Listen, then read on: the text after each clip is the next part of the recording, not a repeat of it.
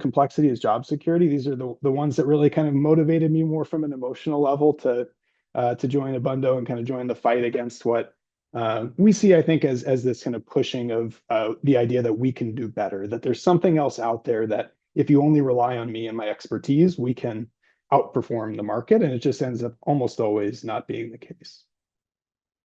The first one is pretty easy, I think, but we cite this all the time. It's called the SPIVA report, Standard and Poor's Index versus Active. It's the same company that manages the S&P 500 index, for example, and they publish every year this very helpful guide of how all the different people, the active funds, the ones that are trying to beat the index, how they performed every year, and then every 3, 5, 10, 15, and 20 years. And that's really what's important, is that if you look at this chart, what you'll almost always see is that on a 1-year basis or a 3-year basis, a whole bunch of funds may or may not be able to beat the index. You'll see numbers ranging from 40% of them to 50% of them, whatever it is. So, kind of a coin flip on a 1-year or a 3-year basis.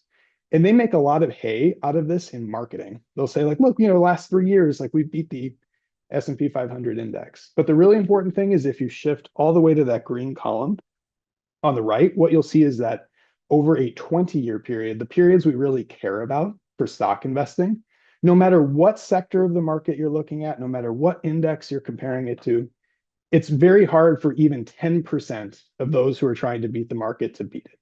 So when we recommend index funds, we often will hear a criticism kind of out there that, well, an index fund is just average. You're settling for average.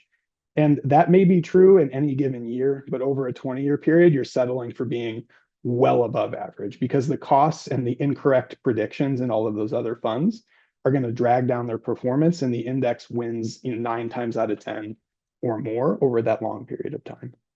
And I put the refrigerator on there because I'm fond of saying this report card, when it comes out every year, is not one they would want to put on their refrigerator for the active management community, but it's one that I love because it just really makes the point that if you stick with the index over a period of time, you're going to win on strictly the basis of low costs and not trying to outsmart the market, because it's just such a difficult thing to do.